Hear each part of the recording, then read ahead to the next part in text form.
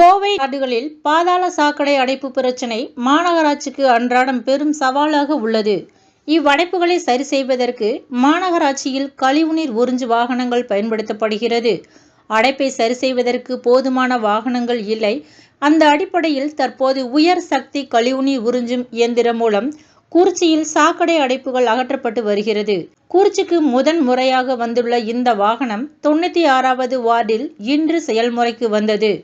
இது அடைப்புகள் மற்றும் குப்பைகளை அகற்றுவதற்கு காற்று கடத்தும் தொழில்நுட்பத்தை பயன்படுத்தி ஆழமான சாக்கடைகளில் நன்கு செயல்படக்கூடியது. 96வது வார்டு மாமன்ற உறுப்பினர் குணசேகரன் இது குறித்து கூறுகையில், பாதாள சாக்கடை அடைப்பை சரி செய்ய இந்த மாதிரி வடிவமைக்கப்பட்ட வாகனத்தை வார்டில் கொண்டு வந்து சுத்தம் செய்திட மாநகராட்சி ஆணையரிடம் நான் மக்கள் சார்பில் வலியுறுத்தியதன் வாயிலாக இன்று எனது வார்டில் சாக்கடைகளை சுத்தம் செய்து வருகிறோம்.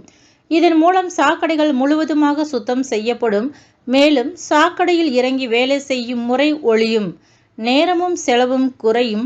மேலும் அதன் ரன்னிங் செயல்பாட்டை பார்த்து மக்கள் பெரிதும் வரவேற்கின்றனர் என்றார். இது குறித்து அப்பகுதி மக்கள், எங்களுக்கு வந்து டிச்சு தண்ணி உத்தமி நகர் அந்த பக்கம் இருந்தெல்லாம் 5-6 ஏரியாவில் இருந்து தண்ணி வந்து எல்லாம் நிறைஞ்சிட்டு வாசலுக்கெல்லாம் வந்துட்டு இருக்குங்க தண்ணி.